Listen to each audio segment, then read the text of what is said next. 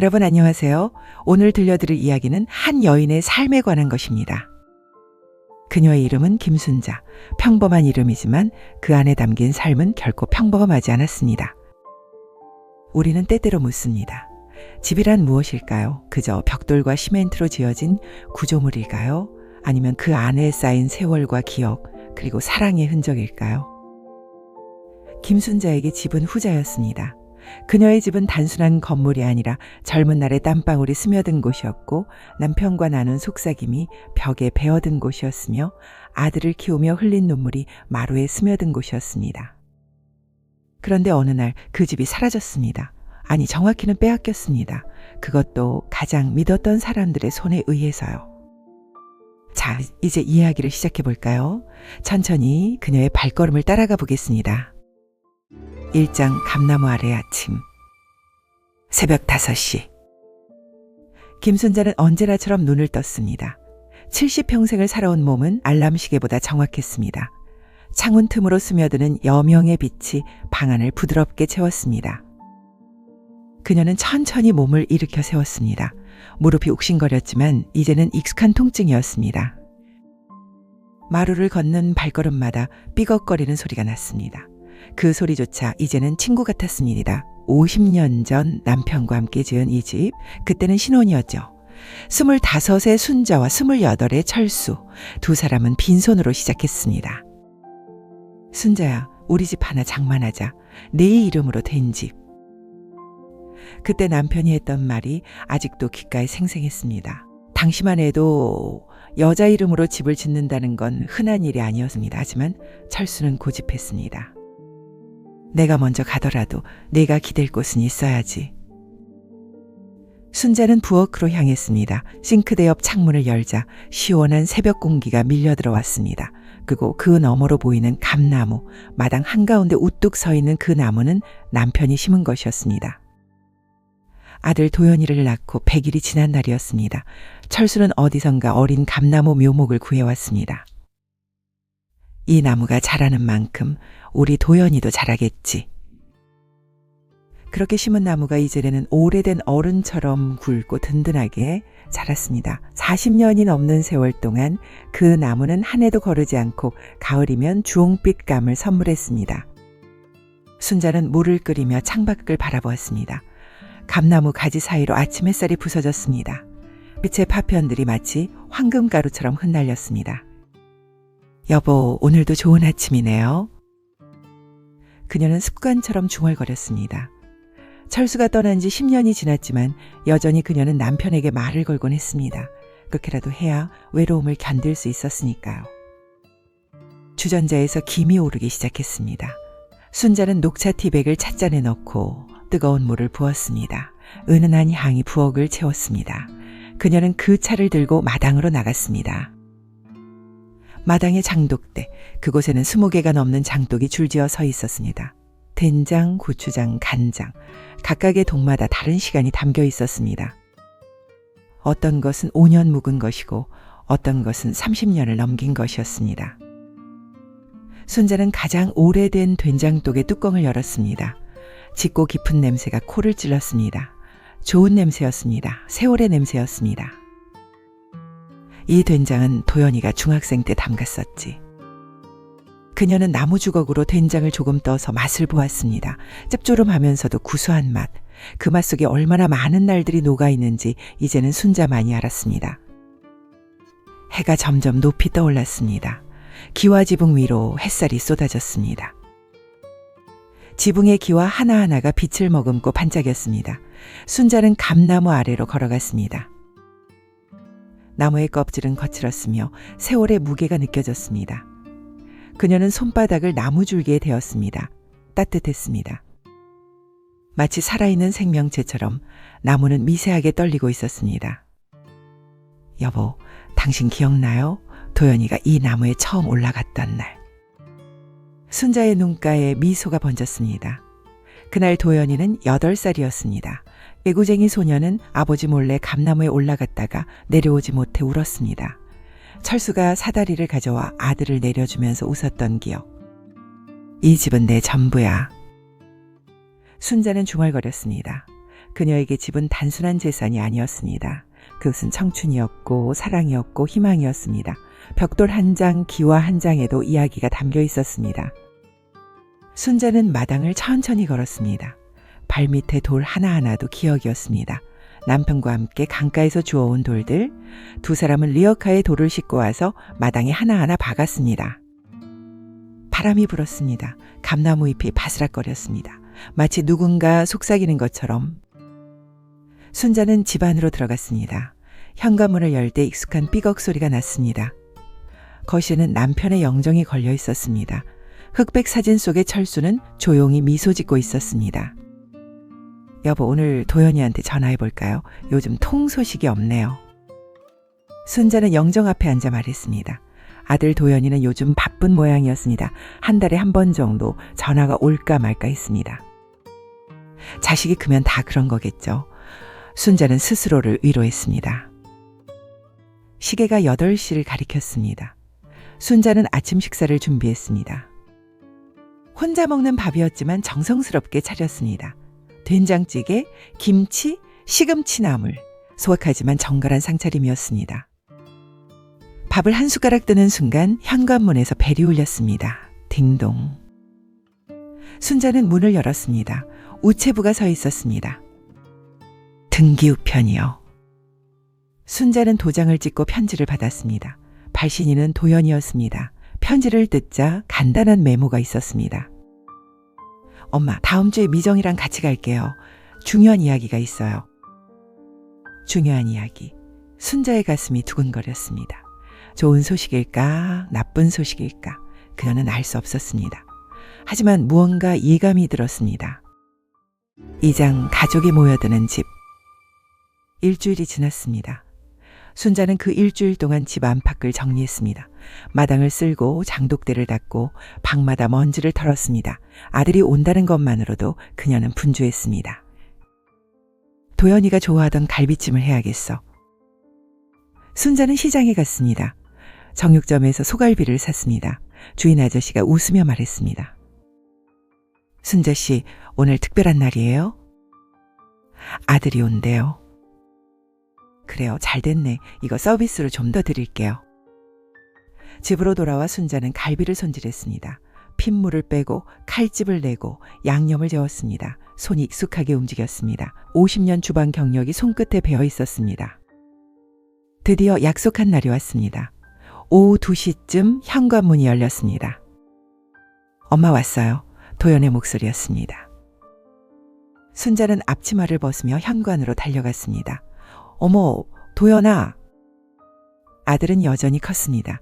50을 넘긴 나이지만 순자의 눈에는 여전히 어린아이 같았습니다. 하지만 얼굴에는 피곤함이 역력했습니다. 오랜만이에요, 어머님. 며느리 미정이 인사했습니다. 그녀는 단정한 옷차림이었습니다.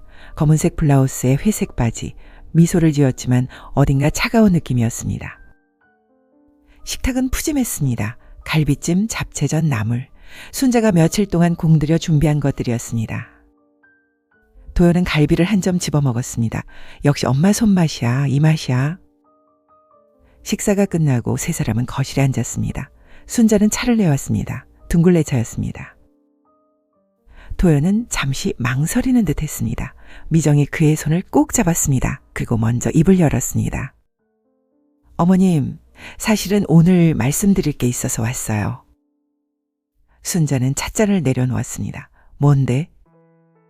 도연이 천천히 말했습니다. 엄마, 저 퇴직했어요. 뭐? 순자의 눈이 커졌습니다. 명예퇴직이요. 회사 사정이 안 좋아서 어쩔 수 없었어요.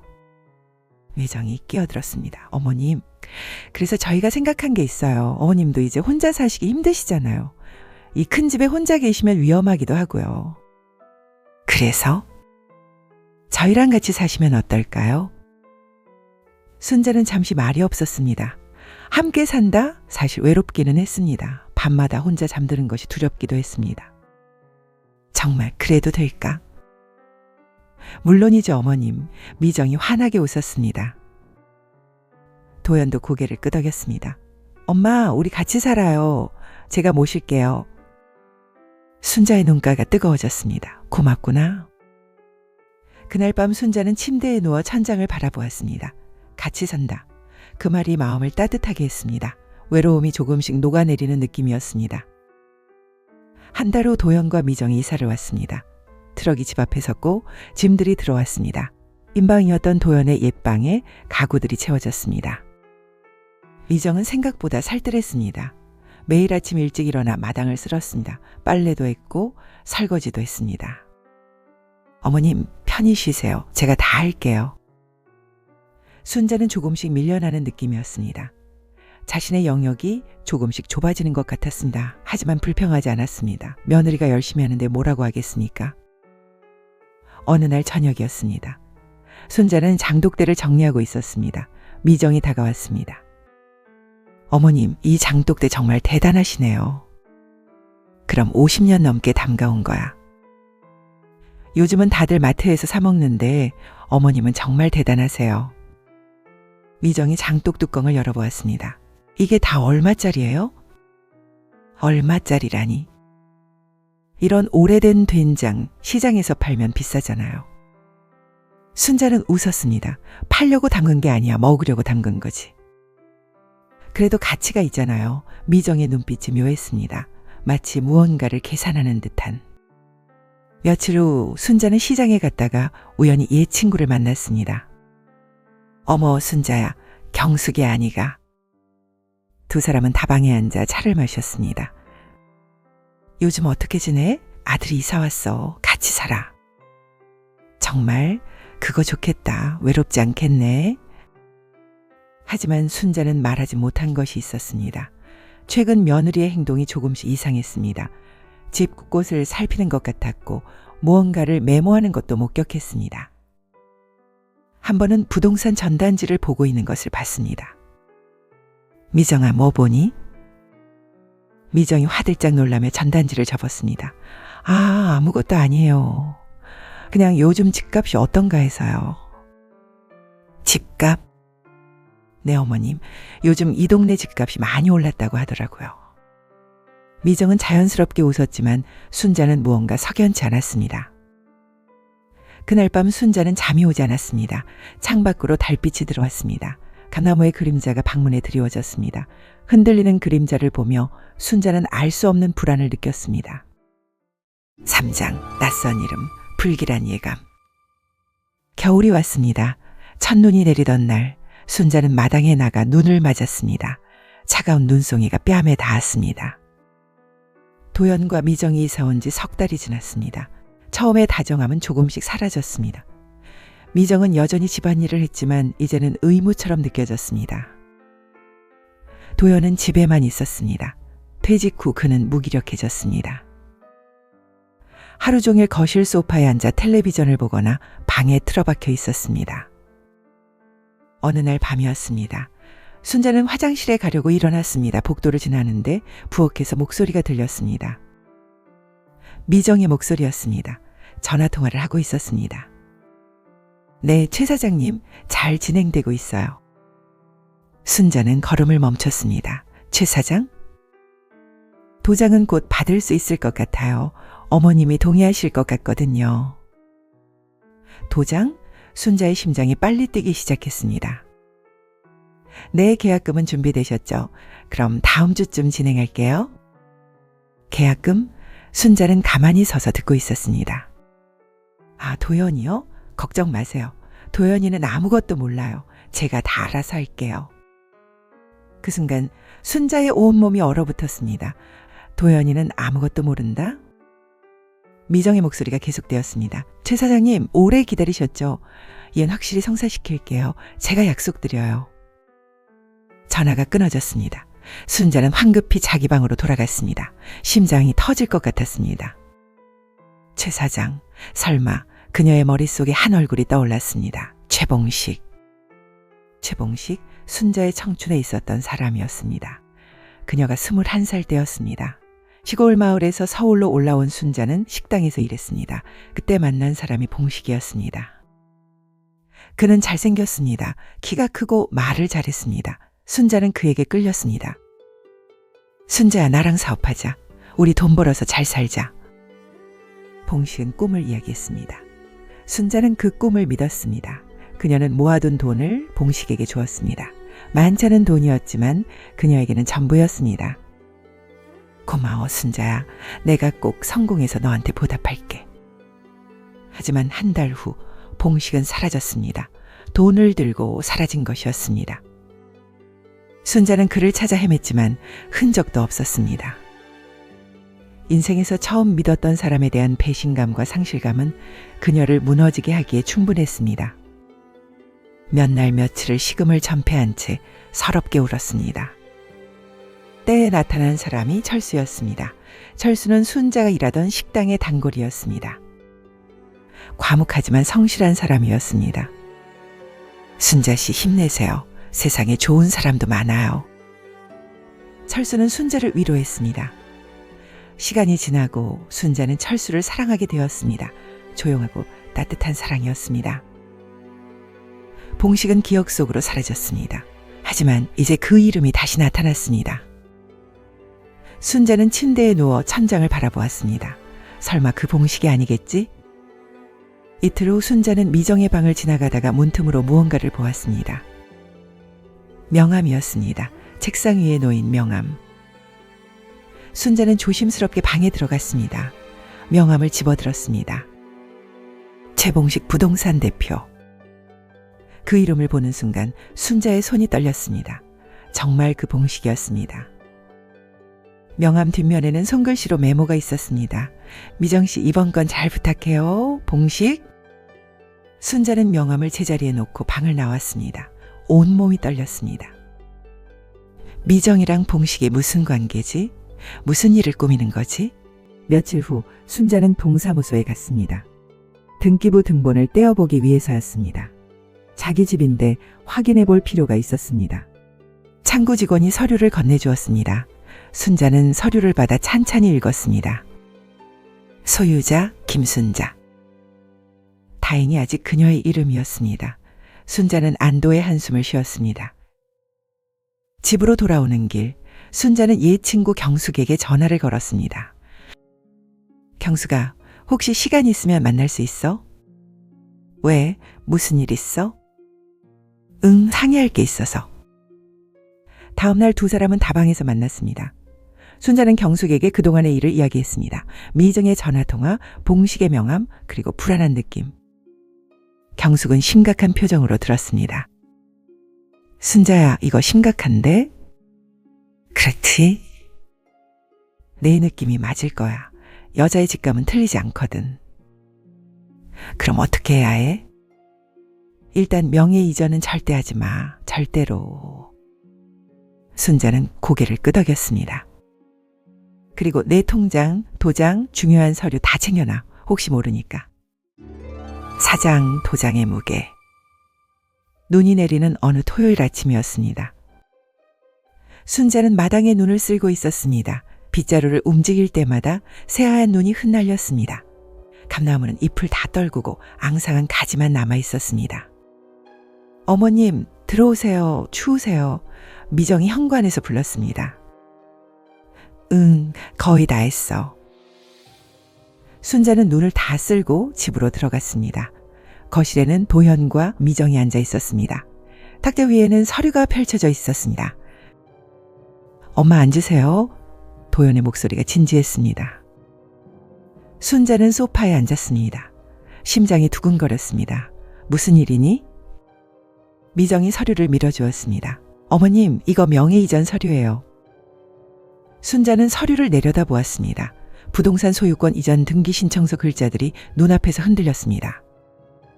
이게 뭐니? 도연이 조심스럽게 말했습니다. 엄마, 전에 말씀드렸잖아요. 세금 문제 때문에 명의를 제 이름으로 바꾸는 게 좋다고.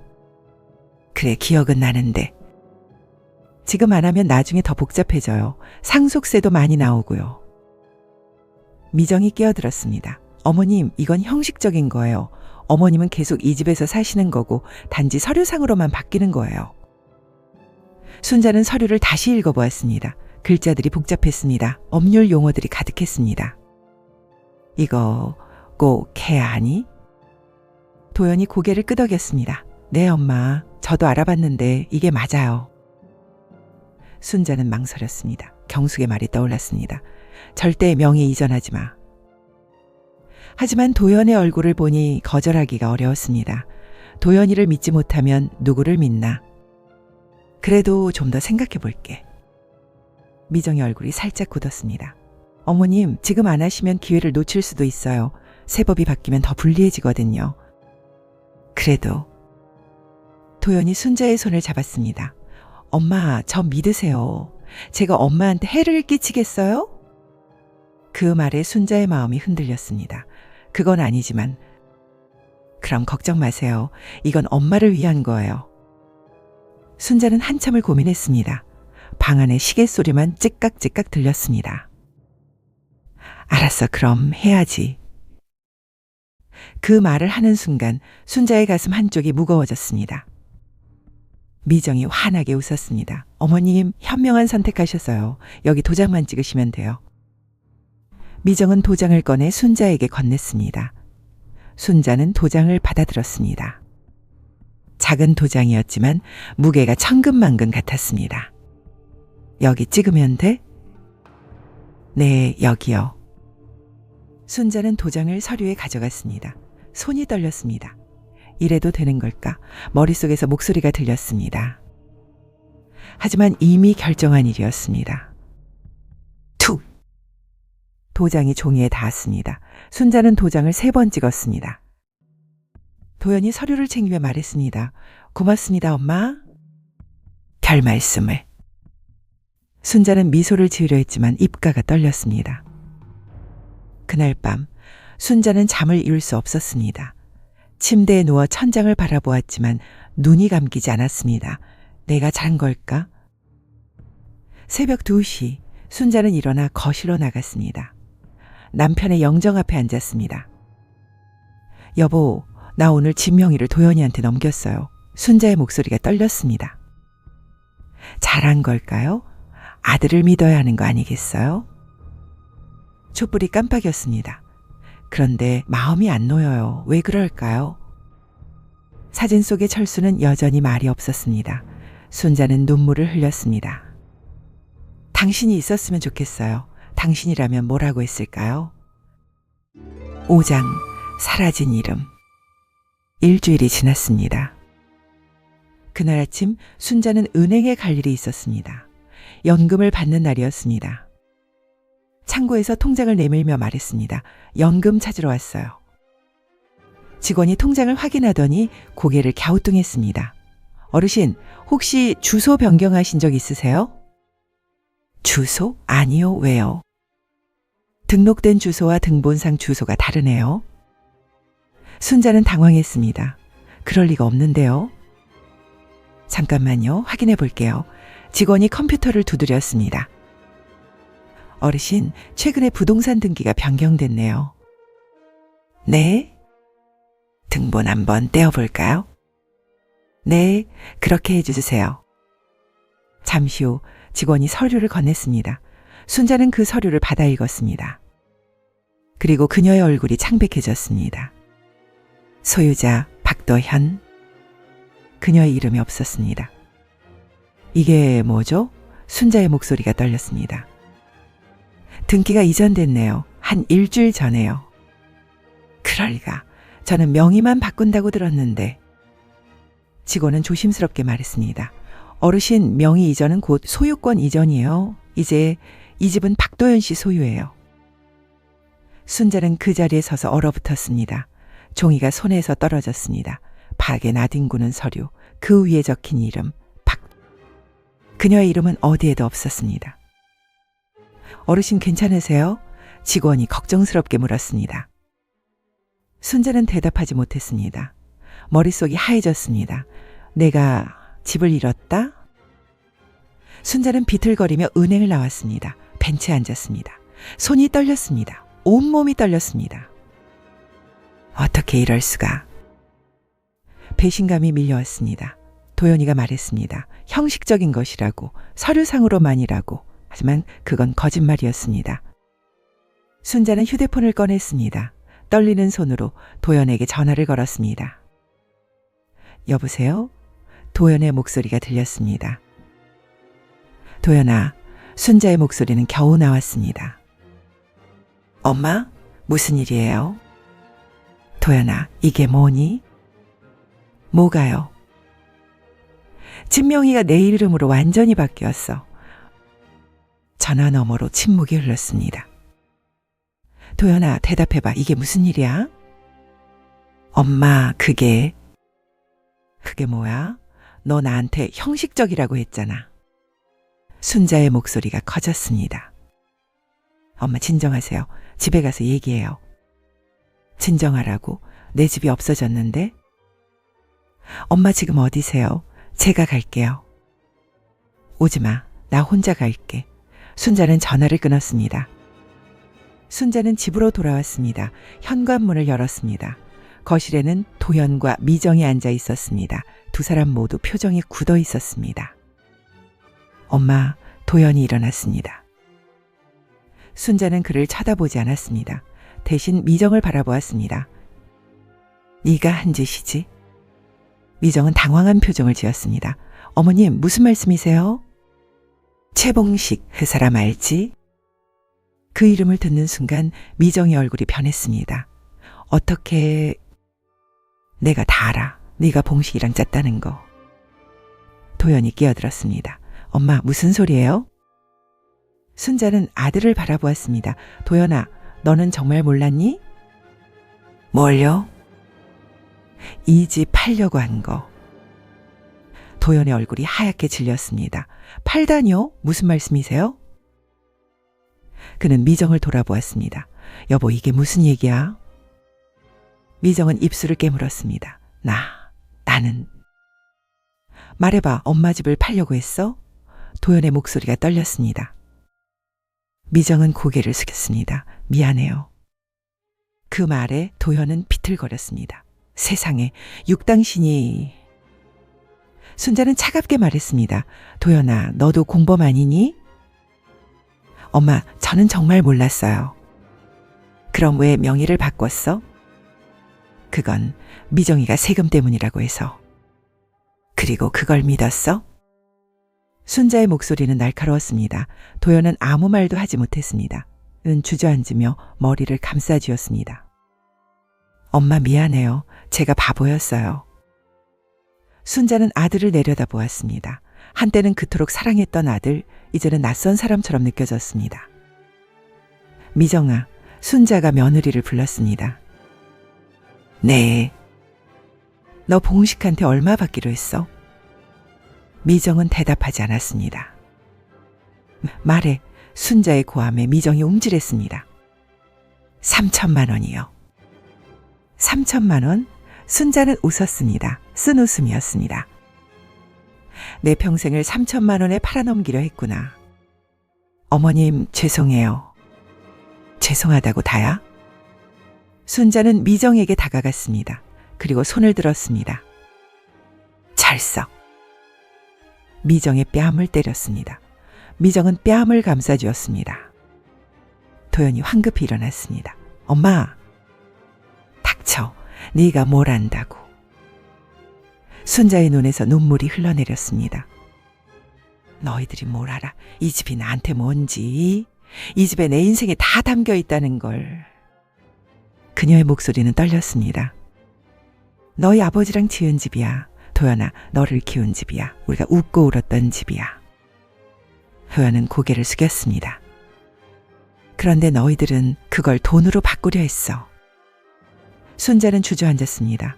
마루 위에 털썩 앉았습니다. 나 이제 어디로 가야 해? 그녀의 울음소리가 집안을 채웠습니다.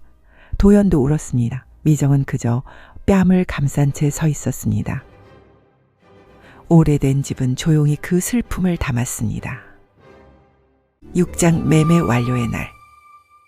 그날 밤 순자는 방에 혼자 있었습니다. 도연과 미정은 그들의 방에 있었습니다. 집은 침묵으로 가득했습니다. 순자는 창밖을 바라보았습니다. 달이 떠 있었습니다. 차갑고 밝은 달. 여보, 순자는 중얼거렸습니다.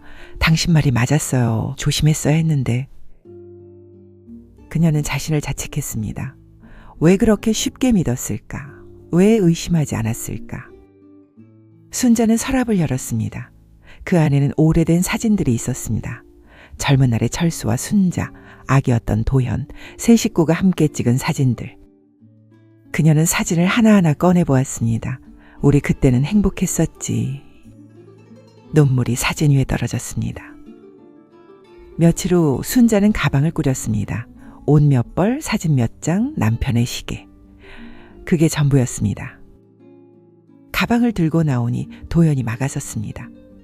엄마, 제발 가지 마세요. 비켜. 어디로 가시게요? 모르겠어, 알아서 할게. 엄마. 도연이 순자의 팔을 붙잡았습니다. 순자는 그 손을 뿌리쳤습니다. 손 치워. 엄마, 내가 너한테 뭐였니? 순자의 목소리가 떨렸습니다. 너를 낳고 키우고 네가 원하는 거 다 해줬어. 네가 대학 갈 때 내가 밤낮으로 일했어. 네가 결혼할 때 내가 이 집을 담보로 대출받아서 돈 줬어. 엄마, 그런데 너는 나한테 뭘 해줬어? 내 마지막 남은 집마저 빼앗아갔잖아.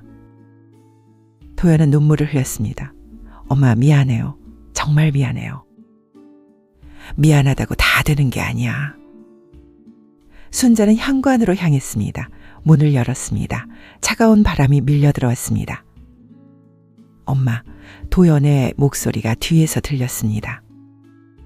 하지만 순자는 돌아보지 않았습니다. 그녀는 문을 나섰습니다. 그리고 걸었습니다. 뒤돌아보지 않고 50년을 살았던 집을 뒤로 하고.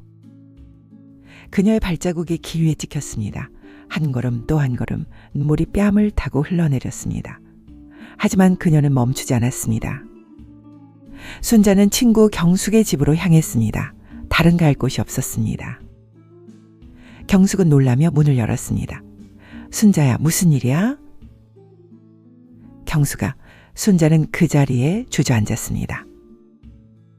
경숙은 황급히 순자를 부축해 안으로 들였습니다. 순자는 그동안의 일을 이야기했습니다. 명예 이전, 미정의 배신, 집이 팔린 것.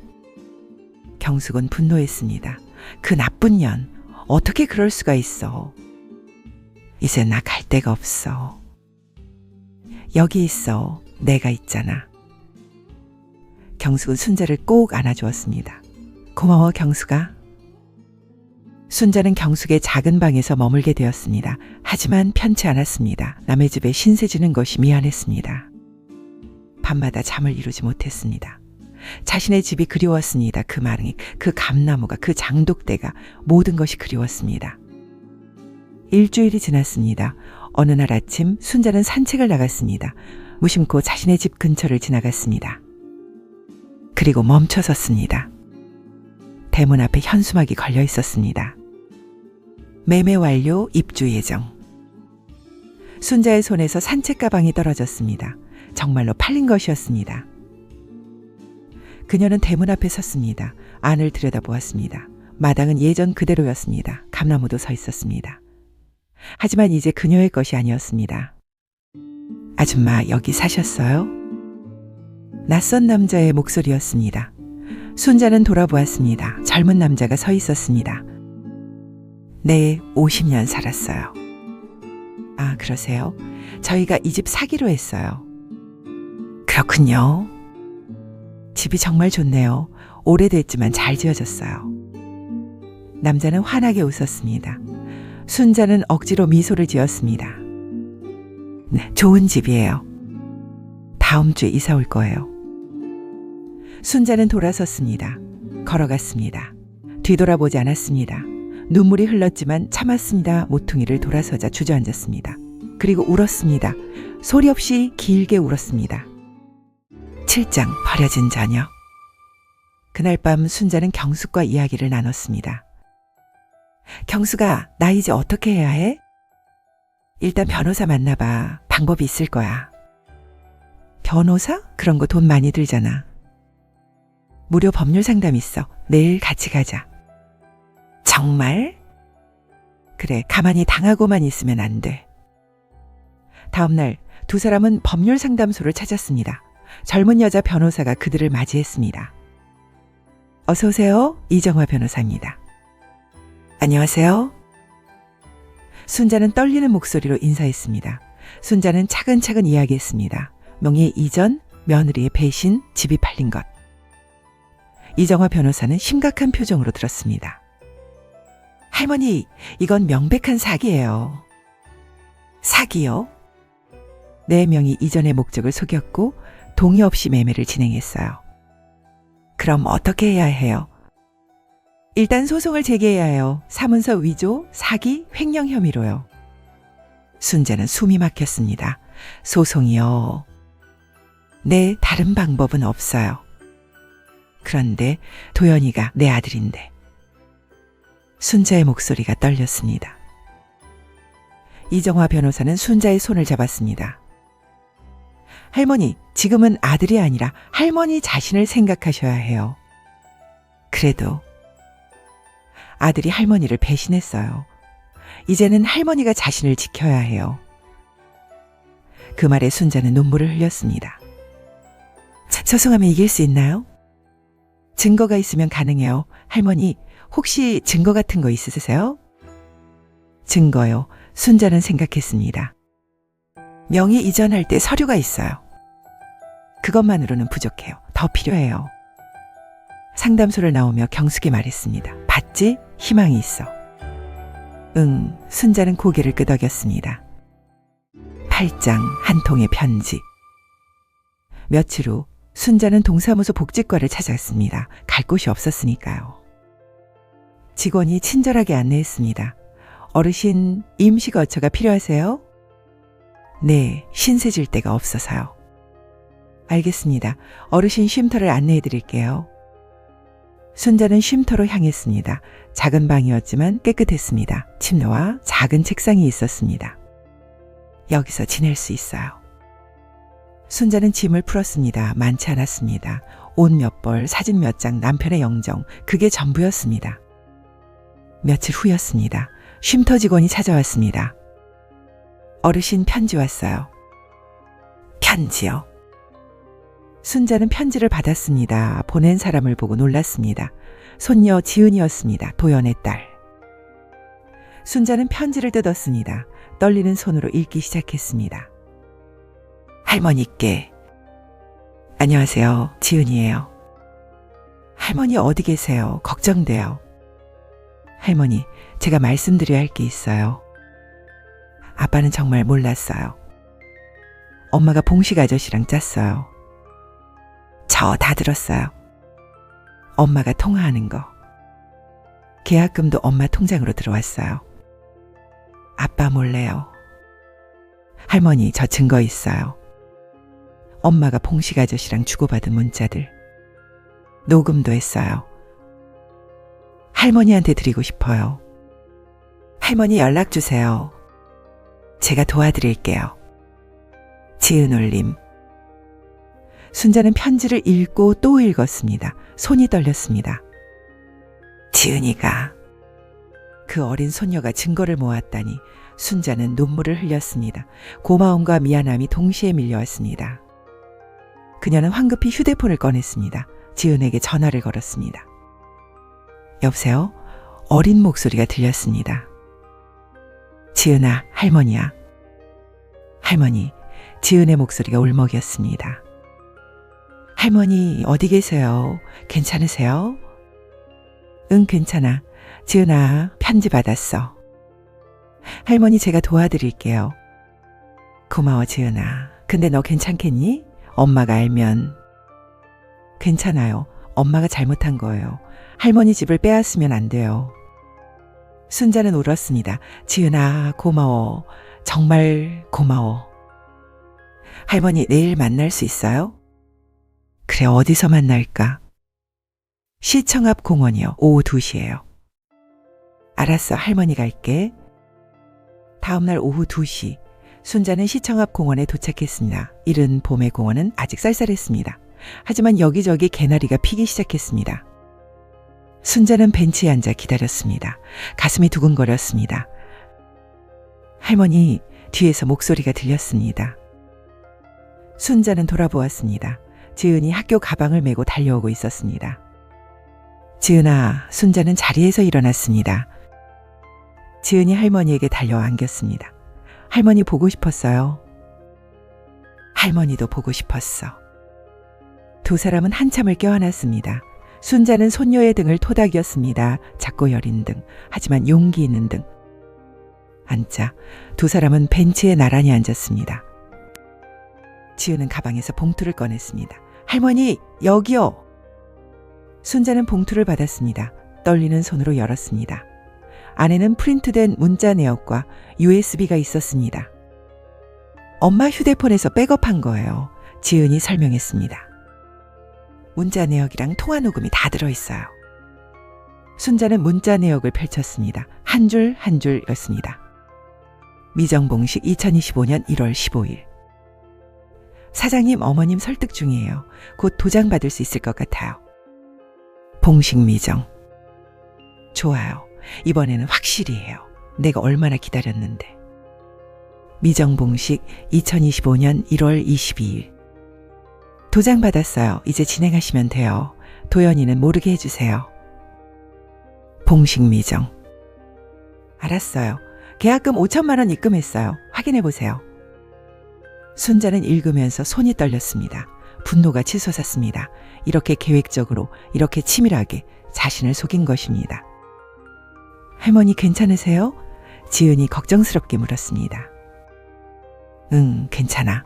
순자는 눈물을 닦았습니다. 지은아, 이거 어떻게 구했니?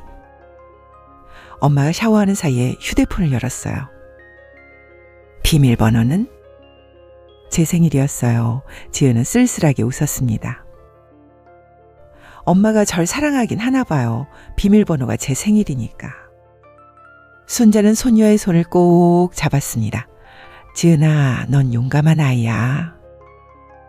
아니에요. 그냥 할머니를 도와드리고 싶었어요. 고마워. 순자는 USB를 꺼내보았습니다. 이 안에 뭐가 들어있니? 통화 녹음이요. 엄마가 봉식 아저씨랑 통화한 거요. 지은은 가방에서 또 다른 봉투를 꺼냈습니다. 이것도 드릴게요. 뭔데? 엄마 통장 내역이요. 계약금 들어온 거 확인할 수 있어요. 순자는 통장 사본을 받았습니다. 확인해보니 정말로 5천만 원이 입금되어 있었습니다. 입금자는 최봉식이었습니다. 지은아, 넌 정말 대단해. 아니에요. 당연한 거예요. 할머니가 억울하시잖아요. 두 사람은 다시 한번 껴안았습니다. 공원의 개나리 꽃들이 바람에 흔들렸습니다. 봄은 이렇게 조금씩 다가오고 있었습니다. 그날 저녁 순자는 이정화 변호사에게 연락했습니다. 선생님, 증거를 구했어요. 정말요? 무슨 증거요? 소녀가 구해줬어요. 문자 내역이랑 통화 녹음이요. 전화기 너머로 이정화의 놀라는 소리가 들렸습니다. 할머니, 그거 대단한 증거예요. 내일 당장 만나요.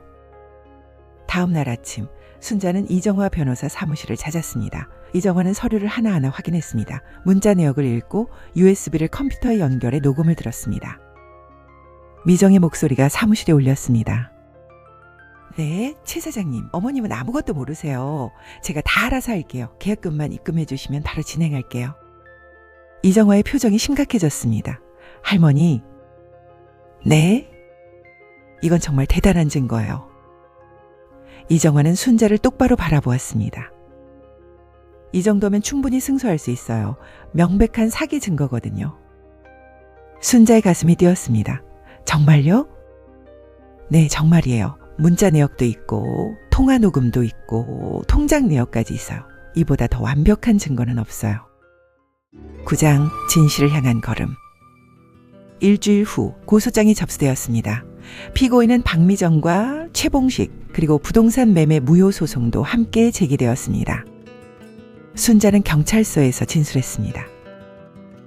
처음부터 끝까지 말씀해 주세요. 경찰관이 말했습니다. 순자는 차근차근 이야기했습니다.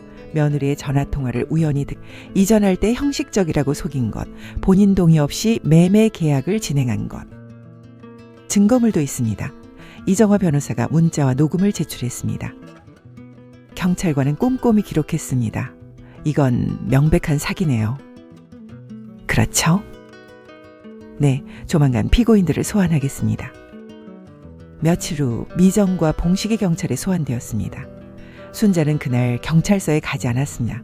차마 미정을 마주할 용기가 없었으니까요. 대신 이정화가 참석했습니다. 저녁에 이정화가 전화했습니다. 할머니, 미정 씨가 자백했어요. 정말요? 네, 증거가 확실하니까 부인할 수 없었나 봐요. 봉식 씨도 공모를 인정했고요. 순자는 가슴을 쓸어내렸습니다. 그럼 이제 어떻게 되나요? 형사고소는 검찰로 넘어가요. 그리고 민사소송은 법원에서 진행될 거예요. 집을 되찾을 수 있을까요? 높은 확률로 가능해요. 사기로 이루어진 계약이니까요. 순자는 눈물을 흘렸습니다. 선생님, 정말 고마워요. 할머니, 아직 끝난 게 아니에요. 조금만 더 힘내세요. 전화를 끊고 순자는 남편의 영정 앞에 앉았습니다. 여보, 들었어요? 집을 되찾을 수 있대요. 그녀는 웃으며 울었습니다. 조금만 더 견디면 돼요. 조금만 더. 며칠 후 순자는 도연에게 연락을 받았습니다. 엄마, 만날 수 있을까요? 도연의 목소리는 지쳐 있었습니다. 무슨 일로? 할 말이 있어요. 제발요. 순자는 망설였습니다. 하지만 결국 만나기로 했습니다. 공원에서 만났습니다. 도연은 많이 수척해져 있었습니다. 얼굴에는 수염이 자라 있었고 눈은 충혈되어 있었습니다. 엄마, 말해.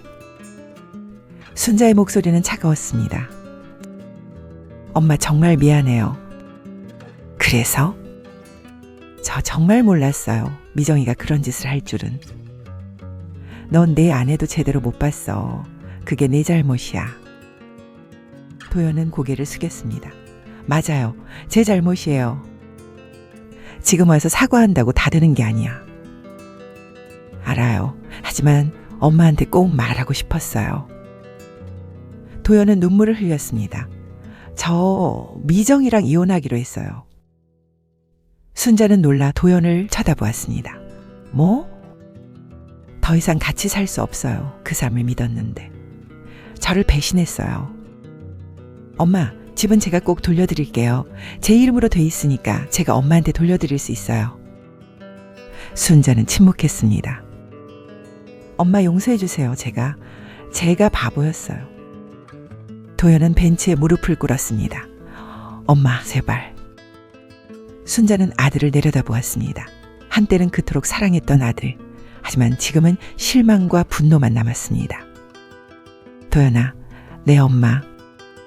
일어나. 도연은 천천히 일어났습니다. 순자는 아들의 눈을 똑바로 쳐다보았습니다. 난 네가 정말 반성하는지 모르겠어. 하지만 한 가지는 확실해. 뭐가요? 너는 이제 내 아들이 아니야.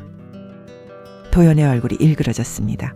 엄마, 난 너를 믿었어. 내가 날 지켜줄 거라고 믿었어. 하지만 넌 날 지키지 못했어.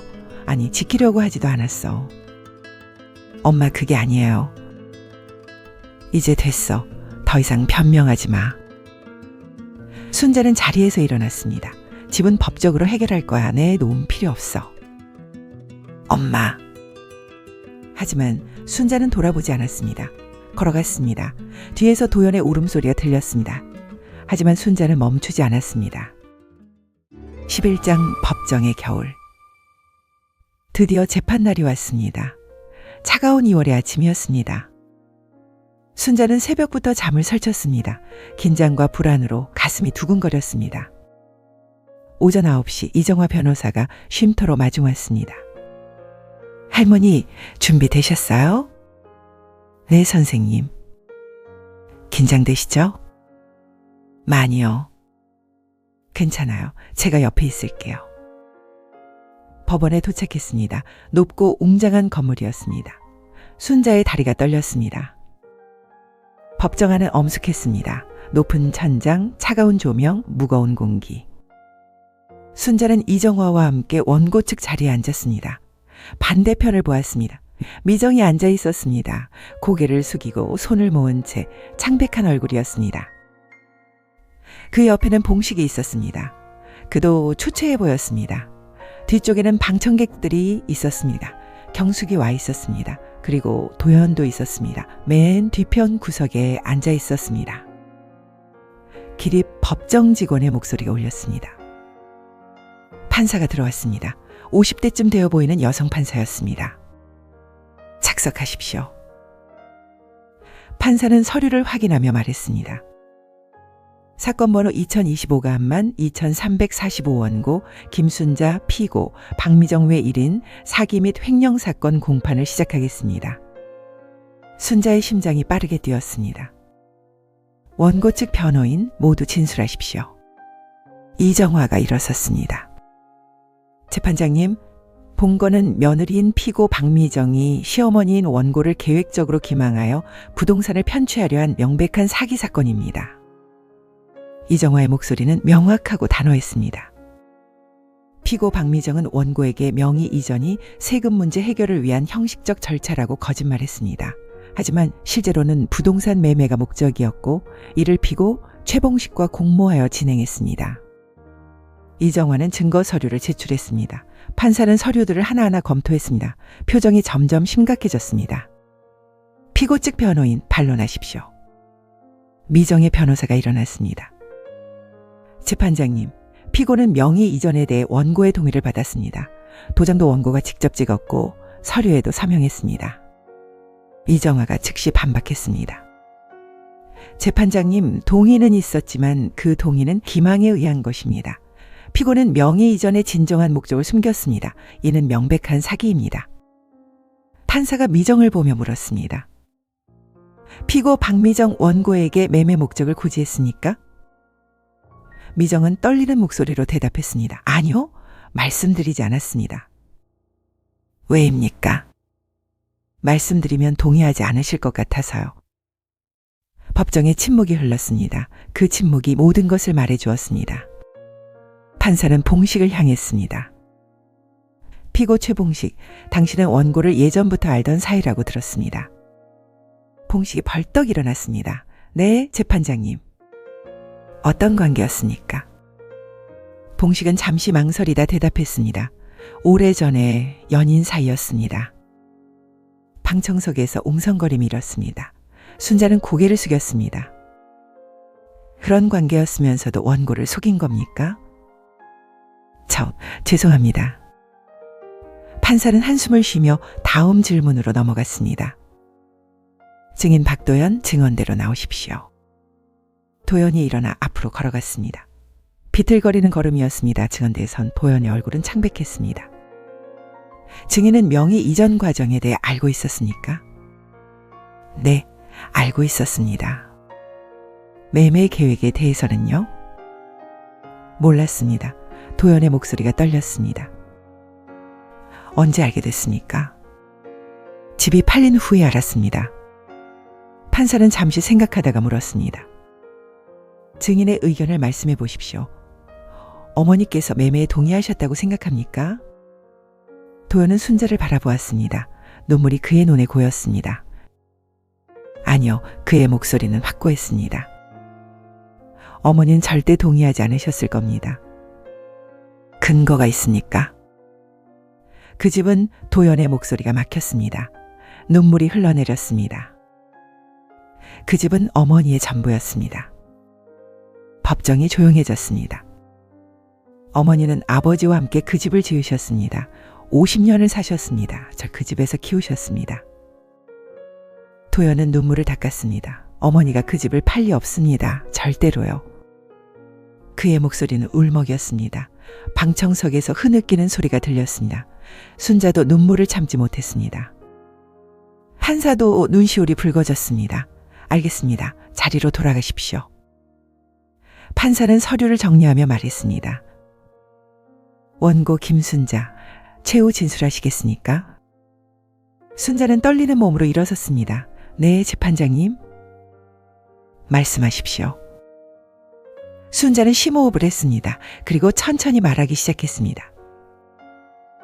재판장님, 저는 70평생을 살았습니다.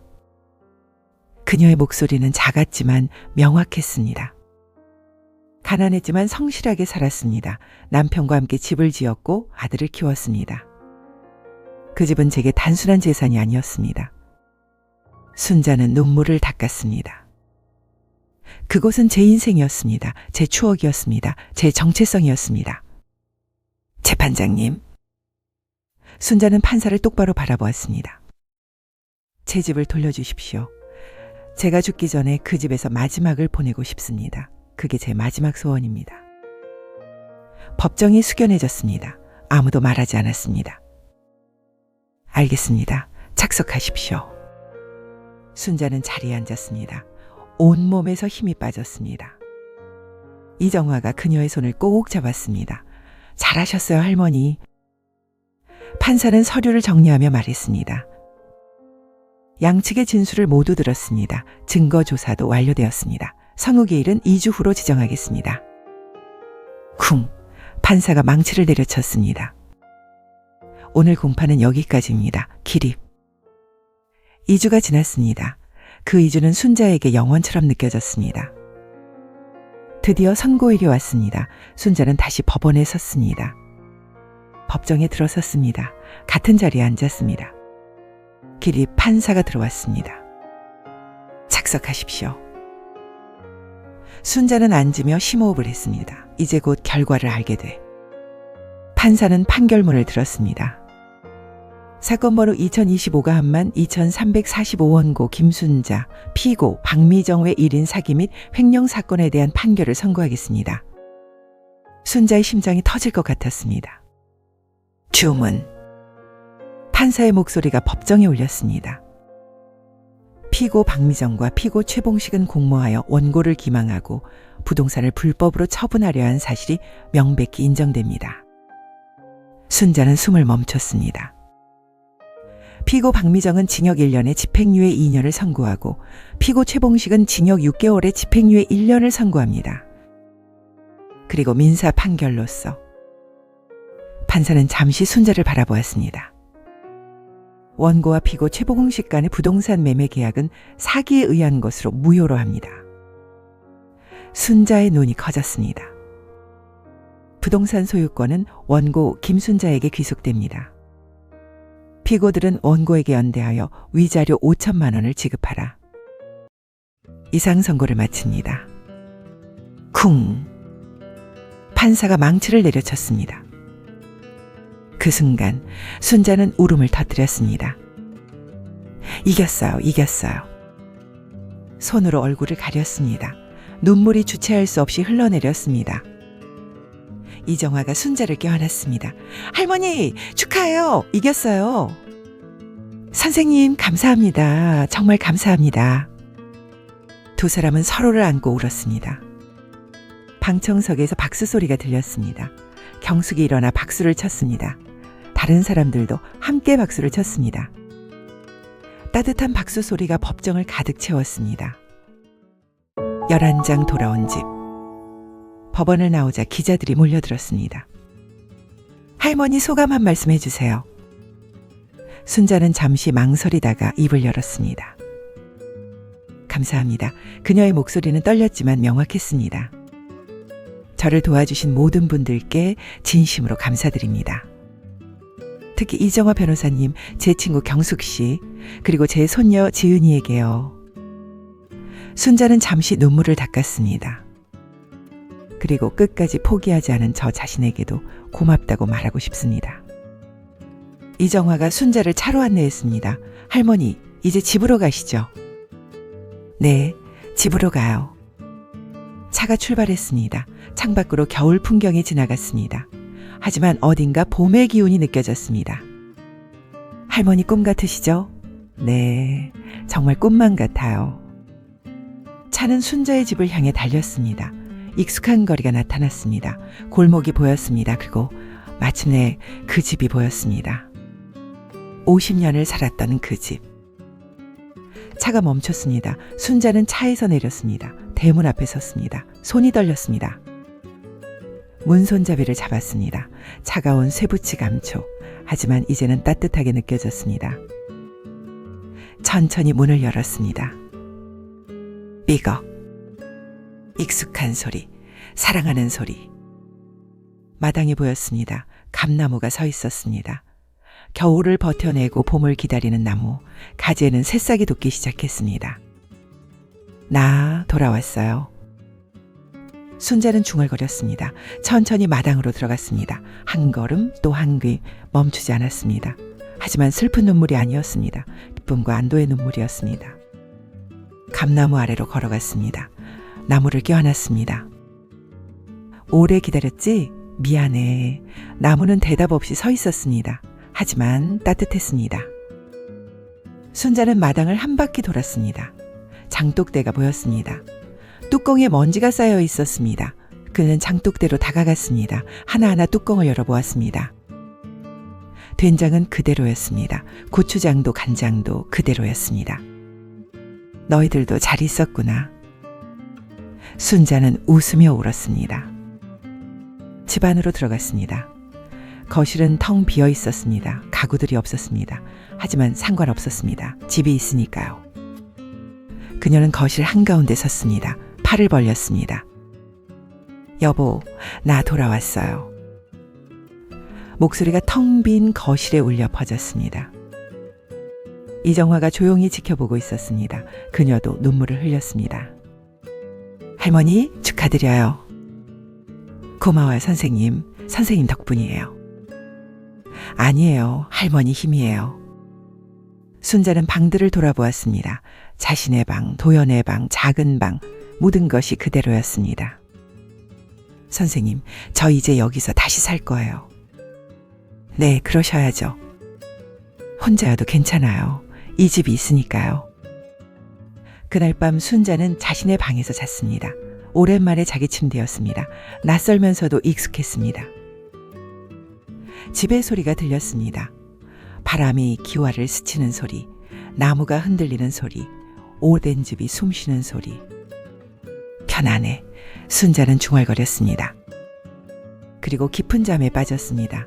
몇 달 만에 처음으로 편안한 잠이었습니다. 꿈을 꾸었습니다. 남편이 나왔습니다. 젊은 시절의 철수였습니다. 순자야, 잘 견뎠어. 그가 말했습니다. 여보, 너는 강한 사람이야. 늘 그랬어. 철수는 웃었습니다. 이제 편히 쉬어. 내가 할 일은 다 했어. 순자는 남편에게 다가가려 했습니다. 하지만 그는 점점 멀어졌습니다. 여보, 가지 마요. 걱정 마. 난 항상 네 곁에 있어. 철수의 모습이 빗속으로 사라졌습니다. 순자는 잠에서 깼습니다. 눈물이 뺨을 적시고 있었습니다. 하지만 슬프지 않았습니다. 오히려 평온했습니다. 남편이 격려해 준 것 같았습니다. 12장 믿음이라는 이름. 봄이 왔습니다. 감나무에 새순이 돋았습니다. 연두빛 새잎들이 가지마다 피어났습니다. 순자는 마당에서 그 모습을 바라보았습니다. 올해도 살아났구나. 그녀는 미소 지었습니다. 나무처럼 그녀도 다시 살아났습니다. 겨울을 견디고 봄을 맞이한 것입니다.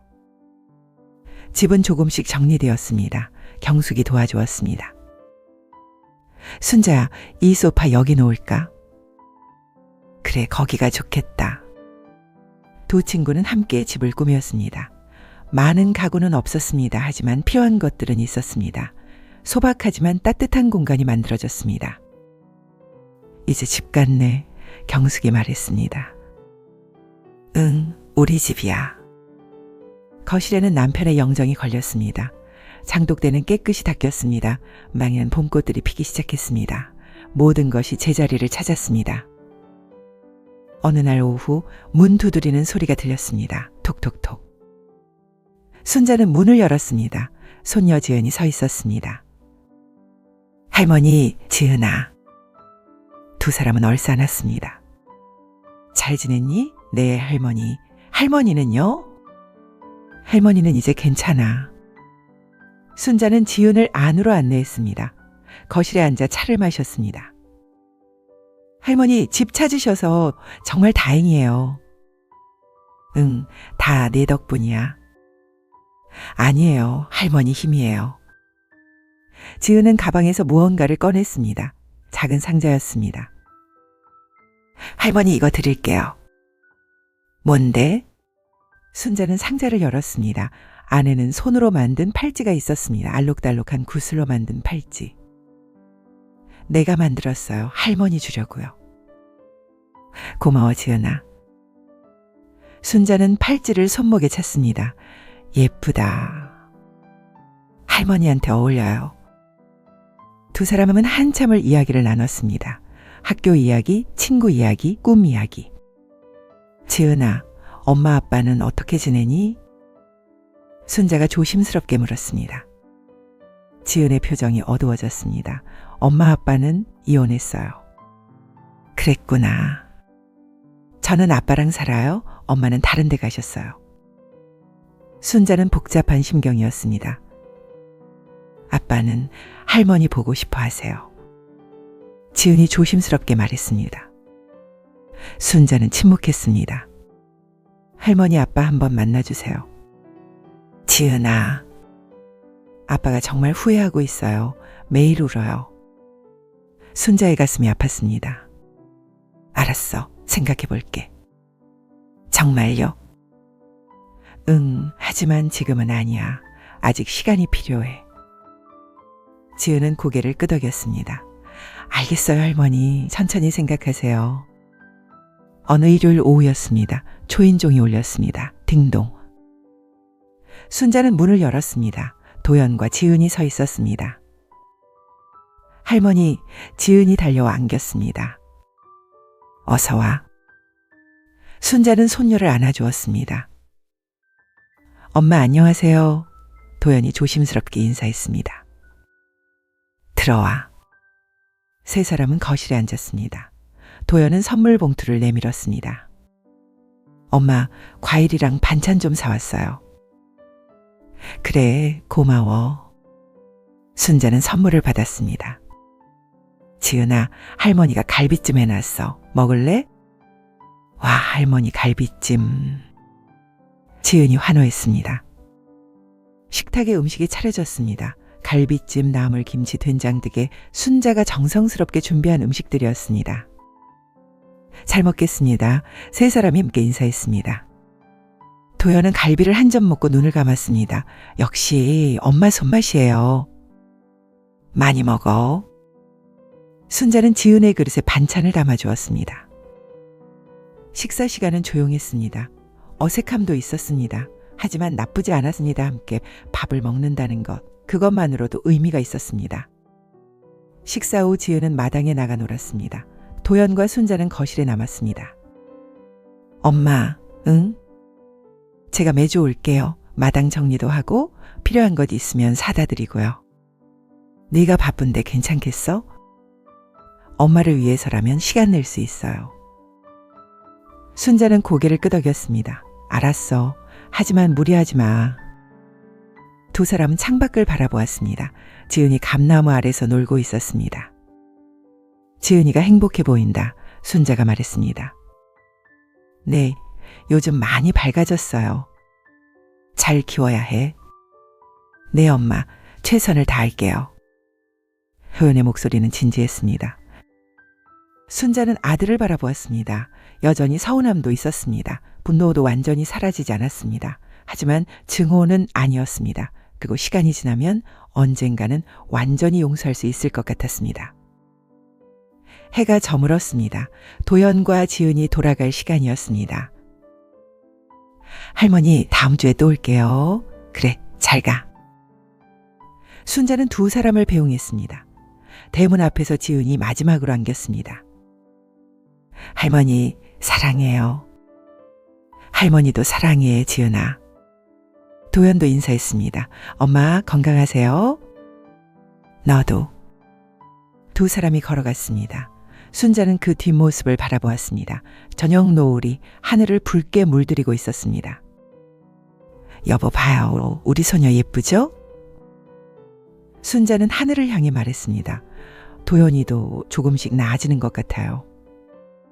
바람이 불었습니다. 따뜻한 봄바람. 순자는 집 안으로 들어갔습니다. 거실에 앉아 창밖을 바라보았습니다. 마당에 감나무가 보였습니다. 꽃들이 바람에 흔들리고 있었습니다. 이 집에서 참 많은 일이 있었지. 순자는 중얼거렸습니다. 슬픈 일도 기쁜 일도. 그녀는 집을 둘러보았습니다. 벽, 천장, 문, 창문 모든 것에 이야기가 담겨 있었습니다. 하지만 이제는 괜찮아. 순자는 웃었습니다. 이 집이 있으니까, 내가 살아있으니까. 밤이 깊어갔습니다. 순자는 남편의 영정 앞에 앉았습니다. 여보, 오늘도 고마웠어요. 그녀는 조용히 말했습니다. 당신이 지켜봐줘서 제가 힘낼 수 있었어요. 촛불이 흔들렸습니다. 내일도 좋은 날이 되겠죠? 순자는 촛불을 끄고 자리에 누웠습니다. 창밖으로 달빛이 들어왔습니다. 은은한 빛이 방을 채웠습니다. 순자는 눈을 감았습니다. 평온한 마음으로. 에필로그. 오늘도 내 집의 문을 연다. 여름이 왔습니다. 감나무는 푸르른 잎으로 가득했습니다. 작은 열매들도 맺히기 시작했습니다.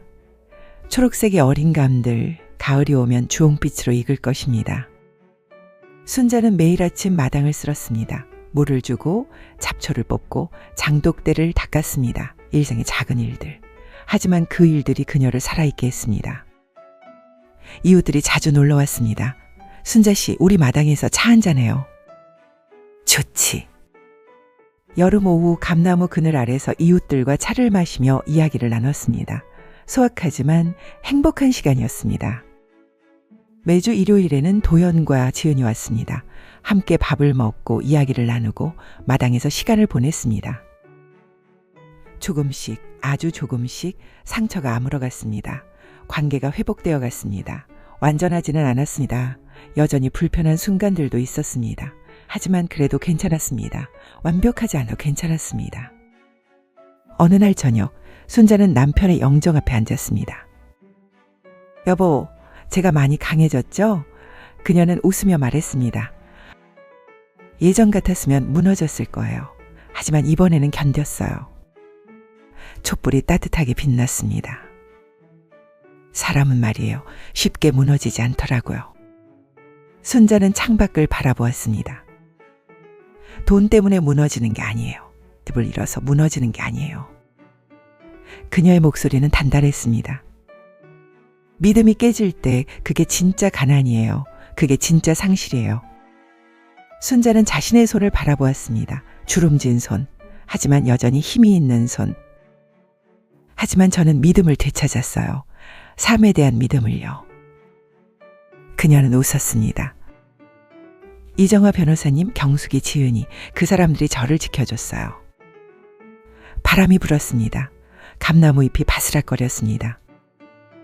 그리고 여보, 당신도요, 하늘에서 저를 지켜봐줬죠? 순자는 영정을 향해 미소 지었습니다. 고마워요, 여보. 사랑해요. 다음 날 아침, 순자는 언제나처럼 일찍 일어났습니다. 창문을 열자 신선한 공기가 들어왔습니다. 새들이 지저귀고 있었습니다. 아름다운 아침이었습니다. 순자는 마당으로 나갔습니다. 감나무 아래로 걸어갔습니다. 나무를 올려다보았습니다. 오늘도 잘 부탁해. 그녀는 나무에게 인사했습니다. 그리고 천천히 마당을 걸었습니다. 장독대를 지나 화단을 지나 대문 앞까지. 모든 것이 제자리에 있었습니다. 모든 것이 그녀의 것이었습니다. 순자는 대문 손잡이를 잡았습니다. 문을 열었습니다. 삐걱. 익숙한 소리, 사랑하는 소리. 그녀는 밖을 내다보았습니다. 동네 골목이 보였습니다. 사람들이 오가고 있었습니다. 평범한 아침 풍경이었습니다. 좋은 아침이야. 순자는 중얼거렸습니다. 그리고 문을 닫았습니다. 다시 집 안으로 들어왔습니다. 자신의 집, 자신의 공간, 자신의 삶. 거실에 서서 주위를 둘러보았습니다. 남편의 영정, 오래된 가구, 햇살이 드는 창문, 모든 것이 따뜻했습니다. 오늘도 내 집의 문을 연다. 순자는 조용히 말했습니다. 이게 살아있다는 증거니까. 그녀는 웃었습니다. 주름진 얼굴에 피어난 미소. 하지만 그 미소는 아름다웠습니다. 살아남은 사람의 미소, 다시 일어선 사람의 미소, 희망을 놓지 않은 사람의 미소. 순자는 부엌으로 갔습니다. 아침 식사를 준비하기 시작했습니다. 밥을 짓고 된장찌개를 끓이고 김치를 꺼냈습니다. 소박한 아침상, 하지만 정성이 담긴 상. 창밖으로 감나무가 보였습니다. 바람에 흔들리는 잎들, 그 아래로 햇살이 쏟아지고 있었습니다. 고마워 순자는 중얼거렸습니다. 누구에게, 무엇에, 아마도 모든 것에게. 이 집에게, 이 하루에게, 살아있음에게. 여러분, 긴 이야기를 들어주셔서 감사합니다. 김순자 할머니의 이야기는 여기서 끝납니다. 하지만 그녀의 삶은 계속됩니다. 매일 아침 일어나 마당을 쓸고 밥을 짓고 이웃과 이야기를 나누며 때로는 손녀와 웃고 때로는 아들과 어색하게 마주하며 그렇게 하루하루를 살아갑니다. 완벽하지 않은 삶, 하지만 그녀의 삶입니다. 이 이야기는 우리에게 많은 것을 말해줍니다. 집이란 무엇인가? 단순히 부동산이 아니라 추억이고 정체성이고 삶 자체라는 것. 가족이란 무엇인가? 때로는 상처를 주지만 그래도 끝까지 포기할 수 없는 관계라는 것. 믿음이란 무엇인가? 쉽게 깨지지만 다시 세울 수 있는 것. 그리고 용기란 무엇인가? 넘어졌을 때 다시 일어서는 것. 절망 속에서도 희망을 찾는 것. 김순자 할머니는 그 모든 것을 보여주었습니다. 70의 나이에 혼자 힘으로 자신의 삶을 지켜냈습니다. 여러분도 지금 힘든 시간을 보내고 계신가요? 그렇다면 기억하세요. 오늘도 문을 연다는 것, 그것이 살아있다는 증거다. 할머니처럼 우리도 오늘을 살아갑니다. 내일을 향해 한 걸음씩 나아갑니다. 그것으로 충분합니다. 여러분 건강하세요. 행복하세요. 그리고 포기하지 마세요. 언제나 희망은 있으니까요. 감사합니다. 구독과 좋아요로 다음 영상을 응원해 주세요.